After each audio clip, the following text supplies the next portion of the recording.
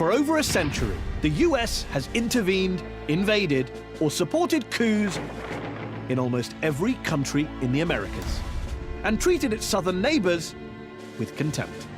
The Western Hemisphere is our backyard. But a new wave of democratically elected left-wing leaders are no longer putting up with it. My guest tonight was at the heart of US Latin American policy under the last 3 Republican presidents and advocates a much stronger hand against Cuba and Venezuela. I'm Mehdi Hasan, and I've come here to the Oxford Union to go head-to-head with Otto Reich. I'll be asking why many in Latin America see him as the personification of US imperialism and whether his country's guilty of bullying its neighbors. Tonight, I'll also be joined by Dr. Julia Buxton, a specialist on Venezuela and the war on drugs at the Central European University. John Dew, former British ambassador to Cuba and Colombia and a former political attaché in Venezuela. And Dr. Francisco Dominguez, head of the Latin American Studies Center at Middlesex University and secretary of the Venezuela Solidarity Campaign.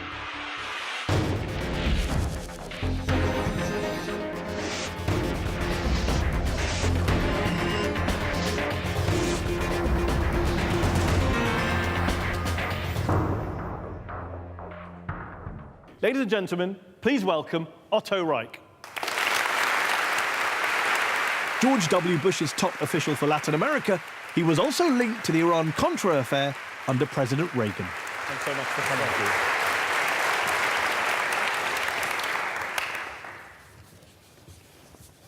Otto Reich, what would you say to those who argue that for far too long, the United States has treated Latin America rather dismissively, rather high-handedly, as its backyard? You hear that phrase often. In fact, Secretary of State John Kerry used the phrase backyard just last year. What would you say to people who say that's the attitude of America, of the United States of America, looks down on the rest of the region?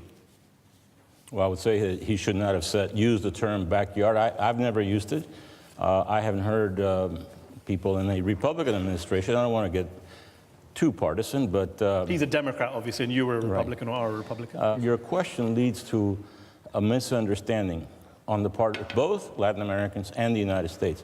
They think that even the term backyard, which I do not think should be used, is pejorative. Backyard in American society is where the family gets together for its most intimate moments. That's a good spin. Well, it happens to be true. I use the term neighborhood. I think Latin America is our neighborhood. If something happens in our neighborhood, it affects us, and vice versa.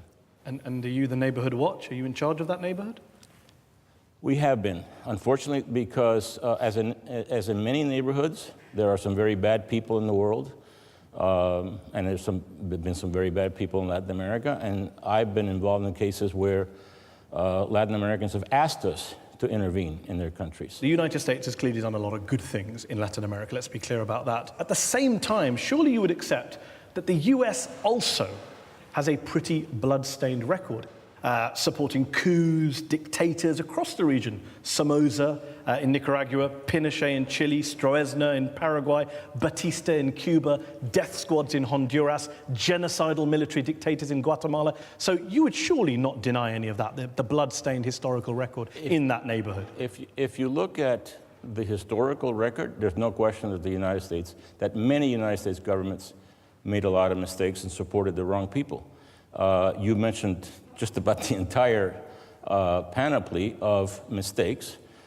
Mistakes? Is that what you would call them? Well, I mean, mistakes from the perspective of where we stand today. Yes, in retrospect, they were mistakes. We're also the country that got rid of several of the people that you mentioned. That doesn't make the initial crime any better, does it? Well, I'm not sure there was a crime. If you take Guatemala, for example, General Rios Montt, who was the dictator there, who went to jail for genocide. Ronald Reagan, your former boss, went to visit him in 1982, and after coming out of the meeting, he said he's a man of great integrity, he's committed to democracy, he's getting, quote, a bum rap from human rights groups. A UN Truth Commission said he couldn't have done that without US military aid and support. Okay. Genocide, 200,000 people died. I was in the Reagan administration in 1982. I don't recall that visit. The fact that you don't recall the visit doesn't mean it didn't happen, with respect.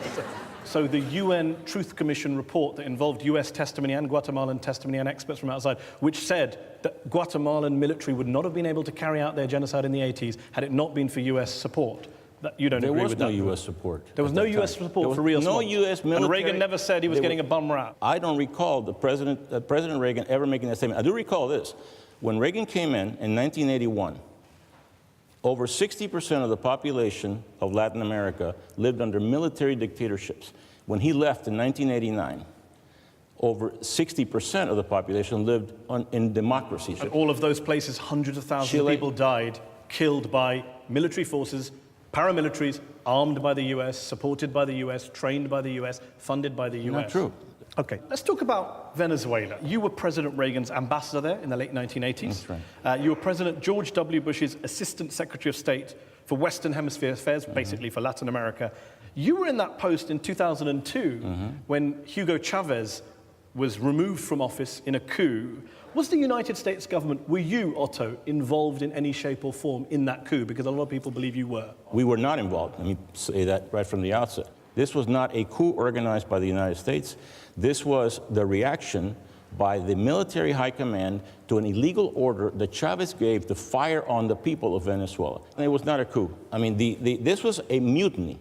When Chavez gave that order to fire on the people, the military high command all went on national television and said, I did not take the oath to defend this country by firing, I'm not going to do that, by firing on the people of Venezuela. You say it wasn't a coup. And they went to the presidential palace and told Chavez, you're finished. Now, if you want to call that a coup, that's fine. I call it a mutiny. When you say, do I want to call it a coup?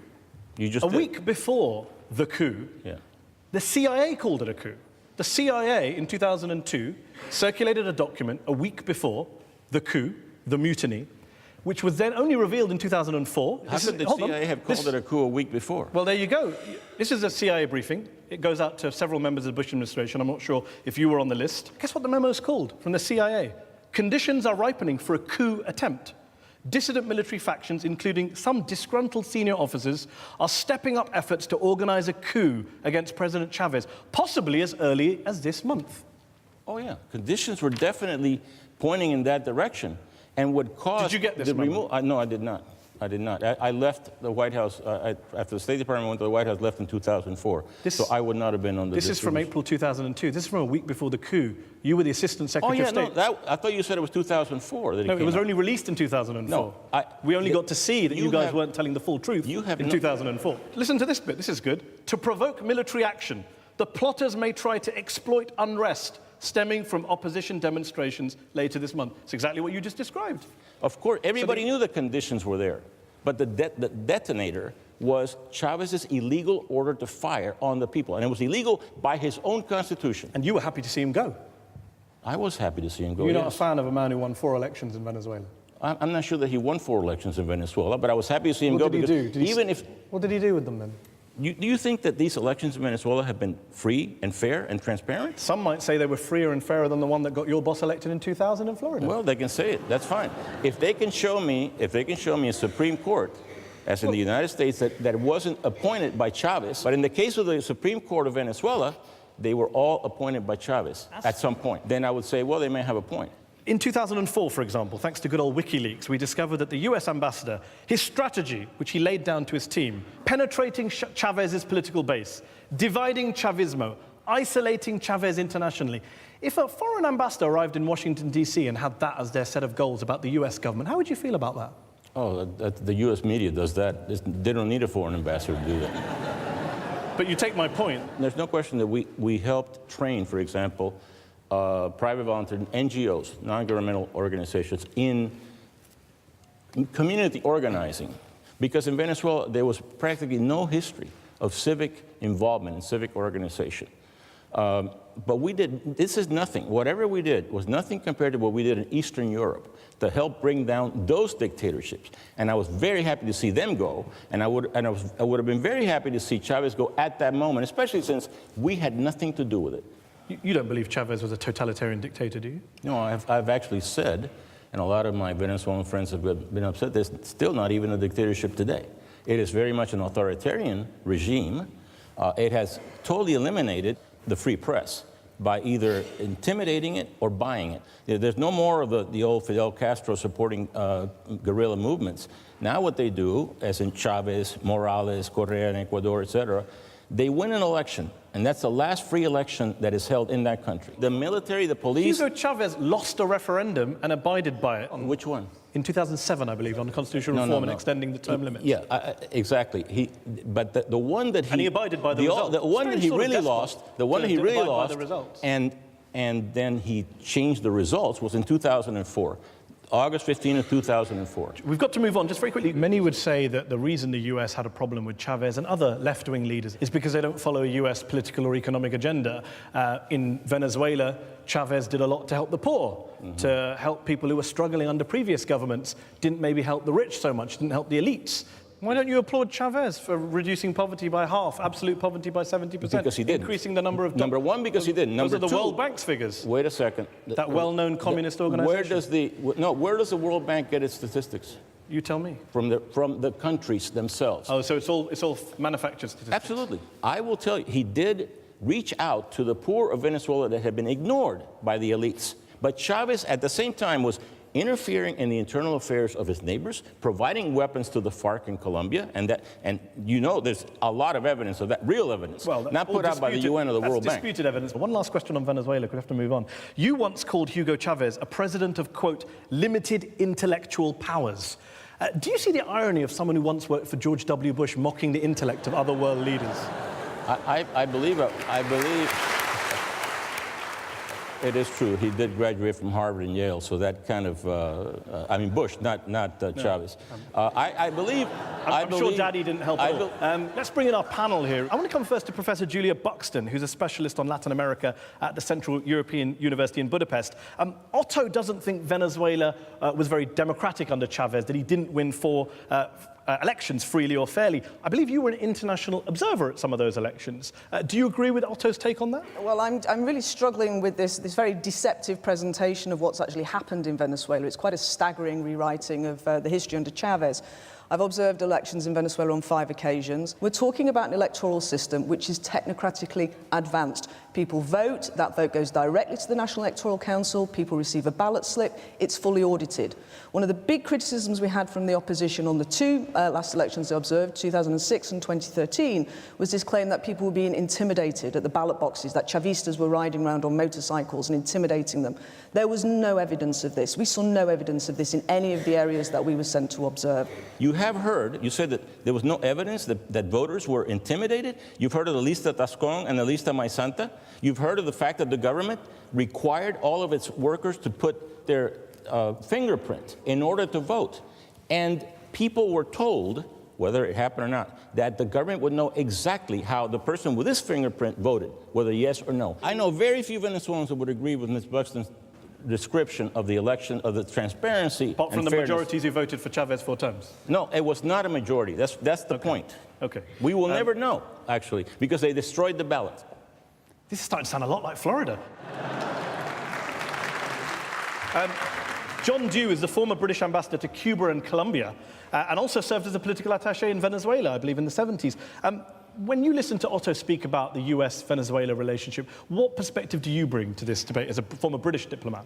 I think how things have changed. I mean, we're still not clear what Otto is supposed to have done in 2002. It doesn't amount to very much. Compared with 73 coup in Chile, Pinochet, what on earth are we talking about in Venezuela? A few phone calls? So your point is, compared to previous US interventions, which were much more heavy-handed, Venezuela in 2002 was a bit of a mild one. The historical record is that things are getting better all the time. Okay, let's bring in Dr. Francisco Dominguez, who is head of Latin American Studies at Middlesex University. He's secretary of the Venezuela Solidarity Campaign. I want to ask you 2 very quick questions, if you could take them. One is, do you accept this view that US interventions, military interventions, undemocratic interventions are a thing of the past in the region? And the other question is, the economy. We hear so much about the Chavez record. Otto says it's all made up.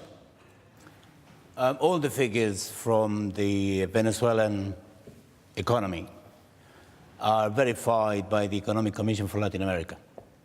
It is one of the best bona fide sources of information and data.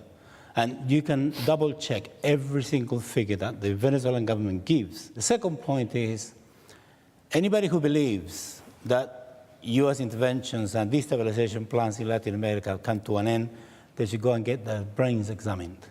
Because it's as heavy as before, but it's different. It doesn't have the same format.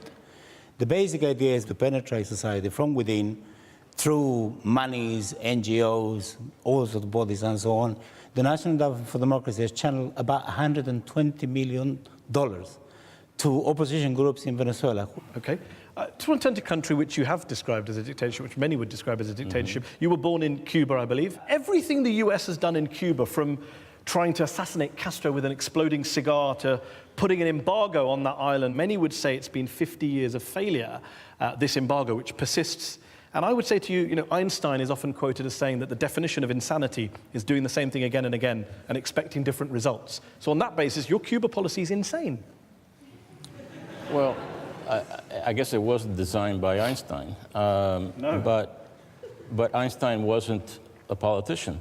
I'll tell you what's insane. What's insane is that you have a government in Cuba that has been in power for 55 years with no freedoms, not one single free media, and yet in all of the great halls of academia in the world, what people focus on is Fidel Castro's principal obsession, which is removing the embargo.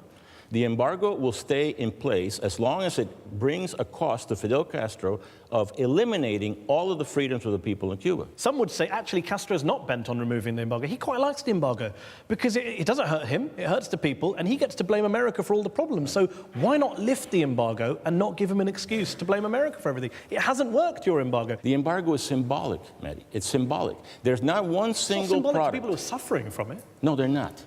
They're suffering from 55 years of Marxist economics. That's what they're suffering from. They're suffering from the fact that they cannot establish a private business without the permission of the government, and once they start making money, the Castros will take the permit away from them. So you wouldn't be in favor of easing the embargo in any way, lifting certain restrictions, No, I would keeping not. it as it is? Keeping it as it is. And that's because Castro's undemocratic, no freedoms. No, undemocratic is too kind. Fine. Your old boss, President Bush, in 2008, came out of the White House, did a press conference, announced that he was going to lift a range of key financial sanctions under the Trading with the Enemy Act, which Cuba is also subjected to, on North Korea. In what world is North Korea somehow less oppressive or less undemocratic than Cuba under Castro? Seriously? You want to know what I think about that? President Bush made a mistake. We know that now. How about China? Would you put China under an embargo? Communist China. Forget communist Cuba.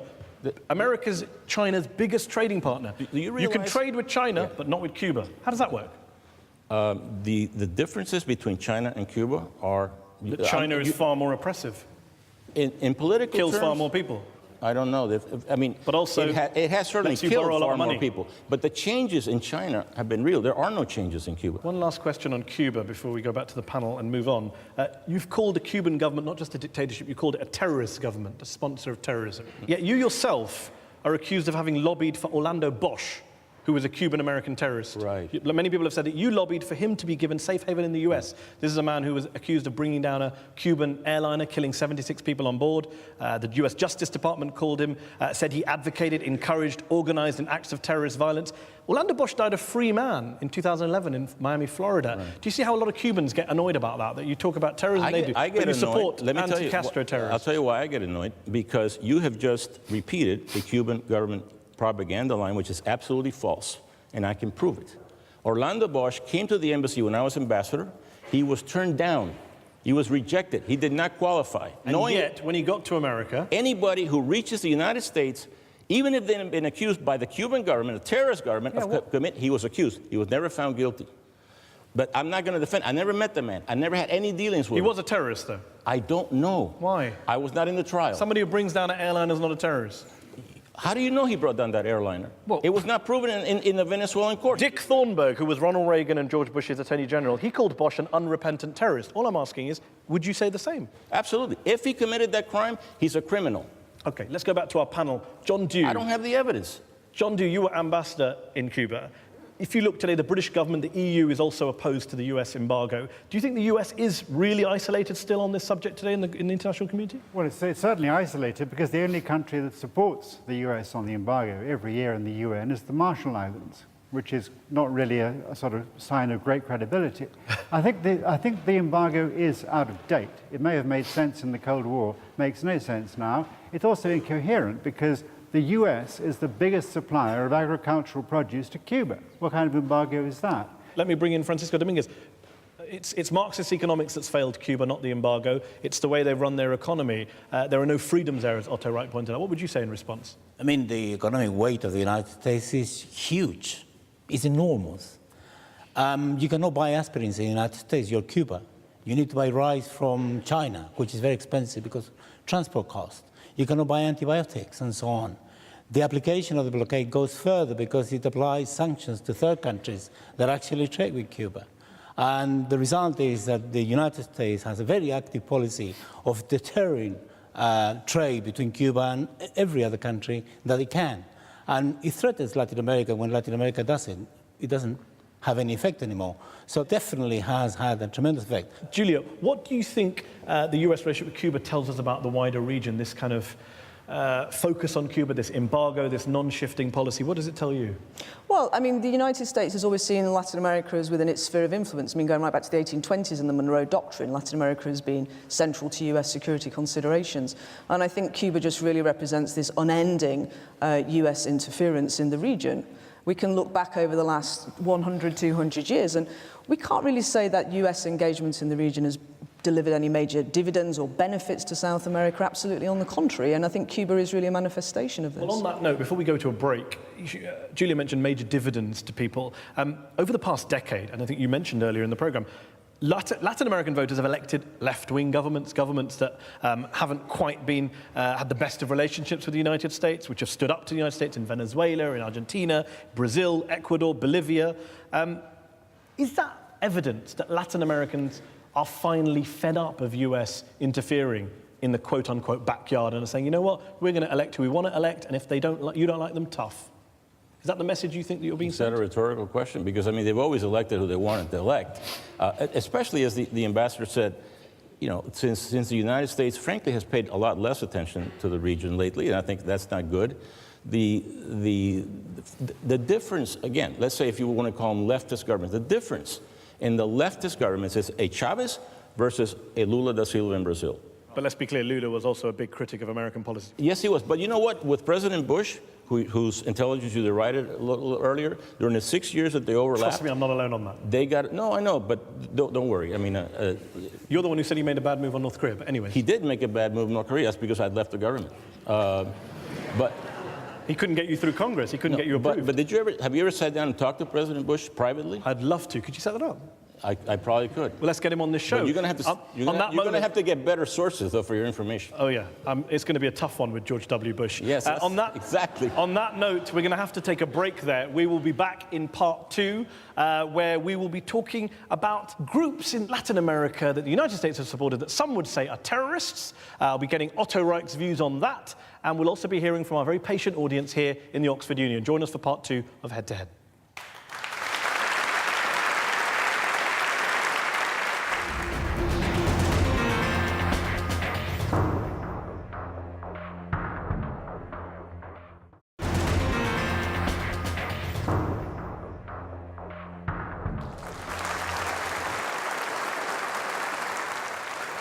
Welcome back. You're watching Head to Head on Al Jazeera English. My guest here today is Otto Reich, former point man on Latin America for Presidents Ronald Reagan, George Bush Sr. and George Bush Jr.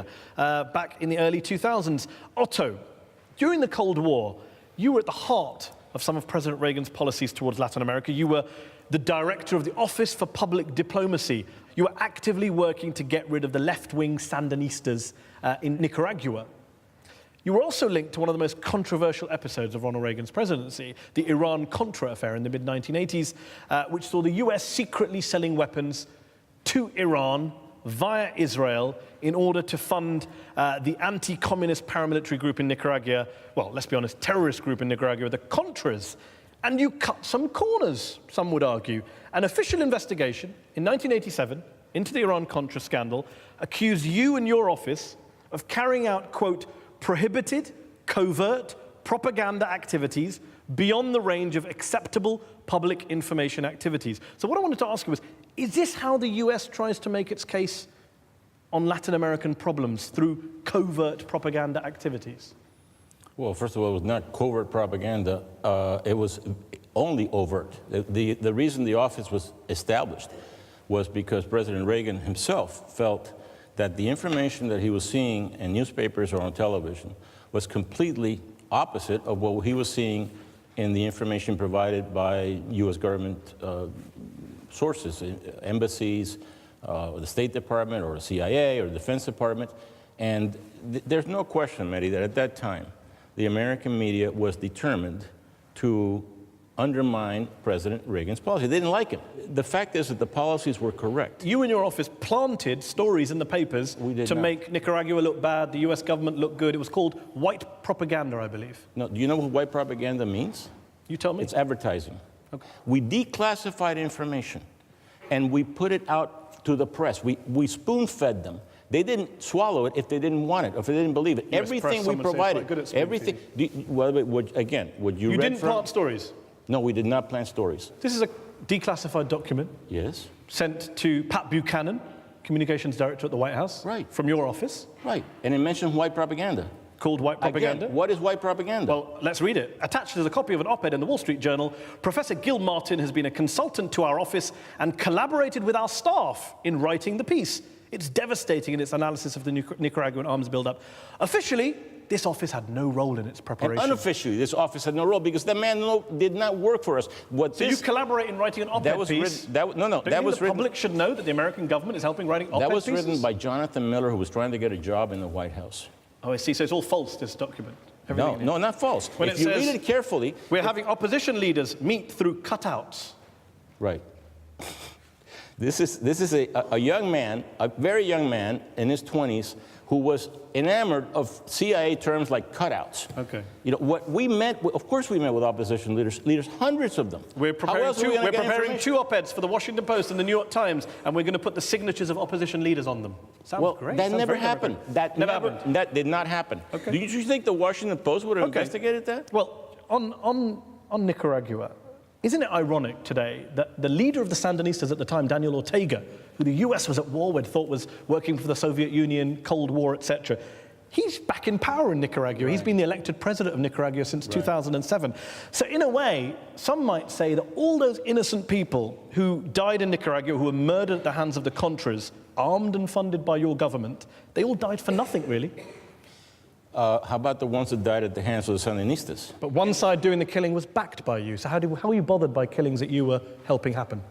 By the same way that we were in favor of the Allied forces doing the killing of Germans in World War II. The Contras are the equivalent to the Allied forces in World War II. One side was fighting for oppression, one side was fighting for liberation. Which side was fighting for oppression? At that time, the Sandinista government was trying to impose a military dictatorship in Nicaragua. And the Contras were fighting for liberation and freedom? Yes, they were. And you know what? They won. Today, people are rightly shocked to see ISIS or ISIL or IS or whatever it calls itself beheading aid workers, raping Yazidi women. It causes huge outrage, and rightly so. Yet in the 80s, you and your government were backing and funding a group, the Contras, which beheaded people, raped women, castrated their opponents, murdered nuns, tortured children. Forget the politics for a moment. I just wonder, how do you morally justify supporting people like that, in moral terms? Yeah, first of all, I could not morally justify supporting people like that because half of what you just said is simply false. Edgar Chamorro, former spokesman for the Contras, he testified at the International Court of Justice in '86 that the CIA, quote, organized, armed, equipped, trained, and supplied us. We were told by the CIA that the only way to defeat the Sandinistas was to kill, kidnap, rob, and torture. The former CIA director, Stansfield Turner, testified in Congress that the Contras have to be classified as terrorists, state-sponsored terrorists. Well, first of all, Stansfield Turner was Jimmy Carter's CIA director. Oh, so that means he doesn't know anything? No, he wasn't even there. He was CIA director in the 1970s. So, Otto, let's make this very simple. You tell me, what did the Contras do wrong? You say they didn't behead, they didn't rape, they didn't castrate. What did they do? You tell me. In what respect? What bad things did they do? Or they didn't do anything? No, I'm sure they did. Because Congress stopped funding them. They were so worried about the human rights abuses. Yeah, Congress stopped funding them for domestic political reasons. That's not why Congress stopped funding them. But by the time Congress stopped funding them, they were so strong in Nicaragua that they forced the Sandinistas into an election they did not What human want to rights have. abuses did the Contras Oh, commit? I'm sure they committed a lot of human No, I'm rights sure. abuses. What did they do? You were working then, you must know. I'm sure they murdered people. I mean, unfortunately, in war, those things happen. I'm not called crimes, justifying even it. in war. Absolutely. And if one of them committed a crime, they should be brought to justice. Most human rights groups think But that they haven't were been. being killed by the Sandinistas. What about... But they were being armed and funded by you, so you have to take responsibility for those murders. Oh, so, okay, wait a second. Let me see if I understand. So if the other side, a murderer side, the Soviet Union and Cuba, are funding the Sandinistas who are killing Nicaraguans, we should just sit there and watch the Nicaraguans be killed and not help the Nicaraguans who want to rise? How do you morally justify the murder, your word, of innocents supported by the US government that you were The purpose of supporting the Contras was to remove the Sandinistas from power. That was a war. The Sandinistas committed crimes. They killed, they raped, I don't know. when I have a supporter of the Sandinistas sitting here, I'll ask them that, but I'm asking a supporter of the Contras to justify their crimes. When Reagan came in, he saw Nicaragua as part of the... He called the Contras the moral equivalent of the founding fathers of the US. Francisco Dominguez, the Contras, the human rights abuses that I mentioned, they were exaggerated. Some murders were committed, but it was part of a wider war. Your response to that? The Sandinistas were never forgiven for having overthrown the main supporter, the main ally of the United States in Nicaragua. The Somoza dictatorship that was there for 40 years, that is what actually unleashed the war. This is the most powerful military machine in the world, the United States, supporting a war of attrition against a little country of 3.5 million people. The result was thousands of people, tens of thousands of people dead. And they did arm, they did support, they did train, and so on to the contrast. Everybody knows that there is absolutely ample evidence. Okay, let me bring in John Dew, former British ambassador in the region. You were there very recently. You retired, I believe, in 2012. What is the legacy of the 80s, of that Reagan period, that Cold War period, on US-Latin American relations today, do you think? I think it makes it very difficult for the US to get a fair hearing. Things have changed, but the legacy remains. And it's very, very easy to blame the US for all sorts of problems that are not entirely the US's fault. You were talking earlier in the program, General Rios Montt gone to prison. That would have been unthinkable back in the 80s. People can blame the US in Venezuela, when the US record in Venezuela is milk and water compared to what was happening in Central America. Do you think, Julia Buxton, US gets an unfair hearing in Latin America today because of its history? What's your response to that? Well, I think another angle also I just wanted to pick up on in terms of Nicaragua was also the relationship with cocaine and the way that the cocaine economy transversed through Central America. All the release documents that we've had from the United States demonstrates that the United States government knew that the Contras were also being funded by the cocaine trade through Central America. So I think in terms of, the US getting an unfair hearing, it's this persistent inability of the US, which is not a monolithic actor. There's lots of different interests in the United States, obviously, but this persistent failure to reflect on these past hurts, on these past legacies. We were talking before about these human rights abuses, Nicaragua, the military dictatorships. There's never been this kind of one-to-one discussion, this meeting of equals, to actually go over these issues of the past and allow for some form of reconciliation. It's this continual sclerotic US perspective on South America. Just on that issue, can I ask you that question? You said at the very start of this program that mistakes were made. Yes. Some would say that's an understatement in terms of the dictators who were supported, the crimes that were committed by them. I'm saying, would the United States government, should it apologize to those countries in Latin America for supporting those monsters? I'm not going to apologize for mistakes were made by people who do you think the US made them before I was born. apologize? Well, a lot of it happened on your watch, as we've just been discussing. Rios Montt was in the 80s. Somoza was in the 70s. We did not support Rios Montt. Well, okay? Every bit of public evidence suggests otherwise. Okay, well, why don't we look into So your that? answer is you wouldn't want to apologize? If you give me a specific, or will we... You're the one who told me at the beginning there were specific At the mistakes. beginning of Your the show, words. you would have asked me to apologize for giving Orlando Bosch a visa when we did the exact That's opposite. not what I asked. I asked you to apologize for the mistakes that your you base identified. of information is wrong. So you got to tell me what it is you want me to apologize for. And if I agree with you that we were in error, and especially in a crime, yes, I think we should. Okay. Before we go to the audience, and I want to bring in the audience here, one last global question. When you worked for George Bush, one of the things you did was lobby hard for Latin American countries to get behind the war on terror, the war on Iraq, etc. George Bush launched that war on terror in 2001.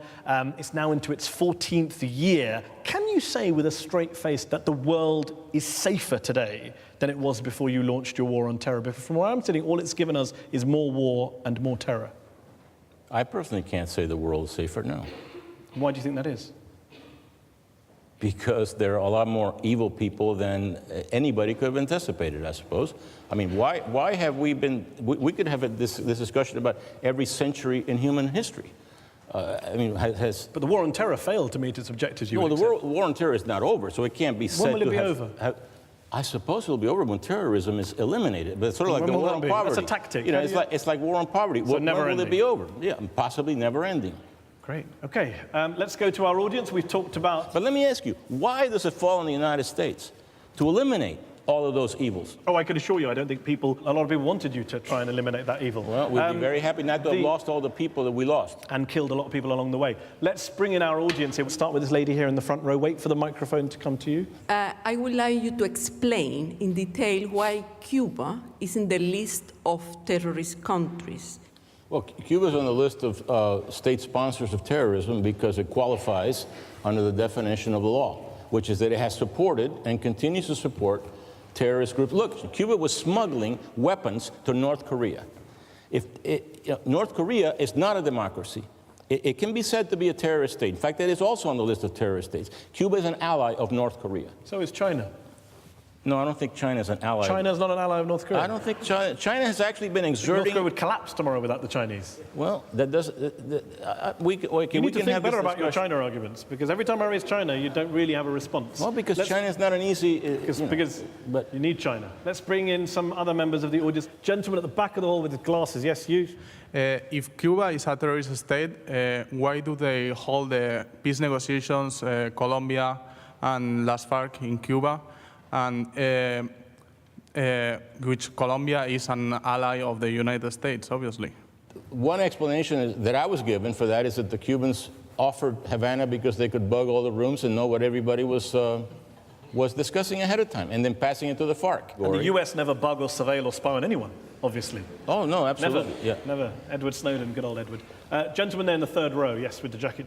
Yeah, you're on public record as being a cheerleader for the former president of Colombia, Álvaro Uribe Vélez, who's a serial human rights violator. And it seems to me that you basically support violence of the right against any democratic or left-wing project in Latin America. You've complained about exporting revolution, but you failed to recognize that the people of Latin America themselves want and need revolution against poverty. In fact, you're the one who's exporting counter-revolution all over the continent. You haven't apologized for justifying violence against any political project in a whole continent which you disagree with because it challenges US interests.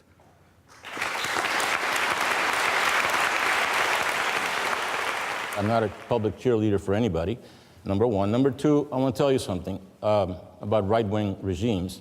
My grandparents were killed by the Nazis, and I learned very early on that right-wing killers were just as bad as left-wing killers. I refused to shake the hand of Pinochet at a meeting in Washington in 1977. I refused to shake the hand of Somoza in 75 in a meeting in Tampa, Florida, because they were dictators. They may have been, at that time, our dictators is the phrase you're looking for. No, they were not our dictators. We don't have any our dictators. General Pinochet was not a U.S. supporter. Do you know the United States imposed sanctions on Pinochet? Do you know that the United States helped bring Pinochet to power? Well, let's have a program about that. But I'm not the person to answer that question. But the fact is that I resent your question, sir, because it is false. When I was assistant secretary, when Álvaro Uribe was running for office, and one of the things that we needed to know was if all of those allegations that you're repeating were true. And we looked into it, and they were not true.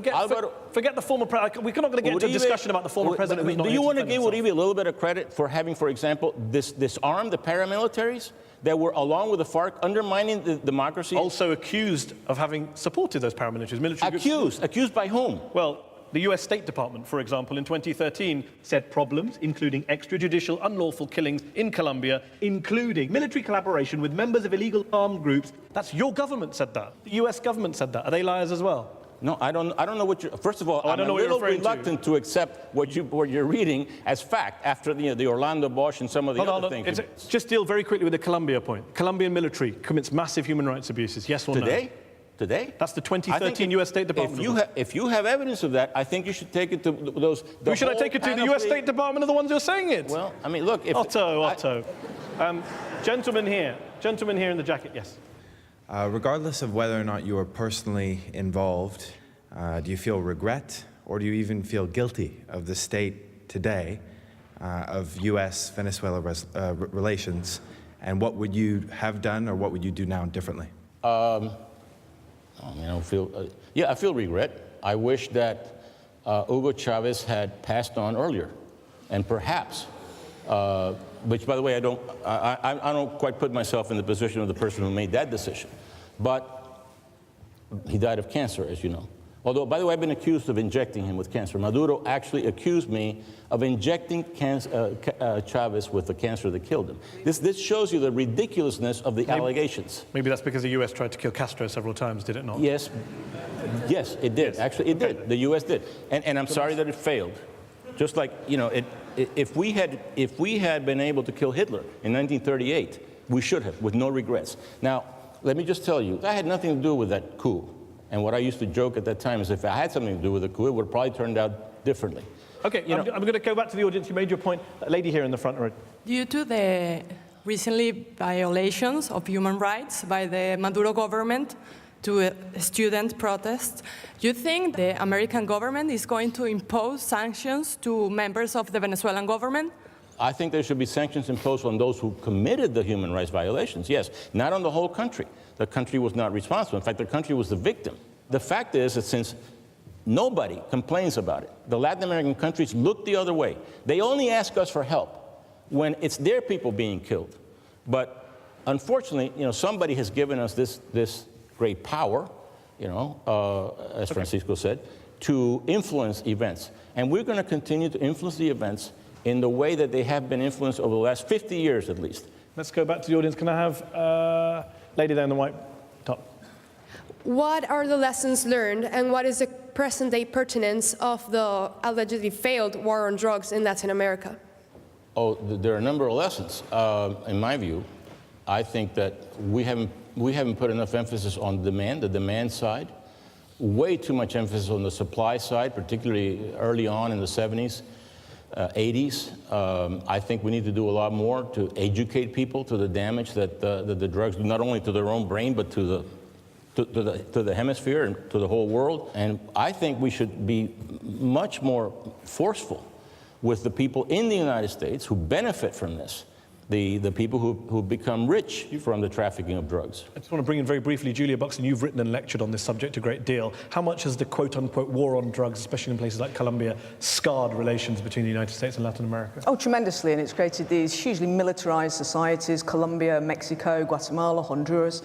And what we've seen is this persistent pattern is that whenever we've had these very harsh, source-focused US supported counter-narcotics operations, for example, in Colombia, it simply shifted the trade into Peru. So there's been a clampdown in Peru and it shifted to Bolivia. So there's been this constant chasing around of the drug trade of the region. Now we've got to the point today where cocaine use in the United States has actually fallen, but the most recent World Drug Report says that the largest drug consumed currently in the United States of America is amphetamine. So the United States has essentially become a self-supporting, drug-producing nation. I want to go to this gentleman here with the beard. Imagine I was a younger colleague of yours rising through the ranks of United States foreign policy making, and seeking your advice, I were to tell you, I'm having trouble sleeping at night because of this moral contradiction I have between wanting to promote United States foreign policy values and discourse on democracy and human rights, but ending up pursuing United States interests instead throughout the region. I would say that if you had been working with me in the State Department at the time, you would have had a lot better information than what we've heard here tonight, and you wouldn't be having trouble sleeping because you would know what this editor from the Washington Post told me 25 years later, that instead of us killing nuns or torturing children, we were trying to do what in fact we did, which was to build a political center, isolate the violent extremes in places like Salvador and Nicaragua to allow democracy to take hold. These are not easy grounds on which to plant democracy. Otto, you've already conceded yourself that some of those groups you're supporting carried out murders. Are you saying that never weighs on your conscience, never bothers you, you're totally fine? No, I mean, but I also told you that you're drawing a false moral equivalence. It's a very simple question. Yes or no? Does it bother you what the Contras did? I told you, yes. If they committed murders. Not if. You said they committed murders, Otto. There's no if. You said it. It's on tape. Yes, if they committed murder, it's on my conscience. Okay, good. That was real hard to get out of you. Let's try this gentleman here in the second row. Hi. Given the great success of US policy in Colombia, fighting the war on terror, fighting the war on drugs, improving respect for the rule of law and for human rights, how do you feel that can be replicated across the whole region when so many South American leaders use the US as a political punching bag? That's what all the left all over the world does. Blame America first. But when the United States withdraws, what happens? When it withdraws from the stage, what happens? They elect governments who cut poverty. Really? Just a suggestion. Give me an example. Venezuela. Let's go back to the audience. Lady there, who I promised a question. Look at the figures. Lady there, has she got a microphone? American corporations have come under serious scrutiny in Latin America for both collaborating with left and right governments and committing human rights violations, and also committing those human rights violations themselves in order to forward their gains in the region.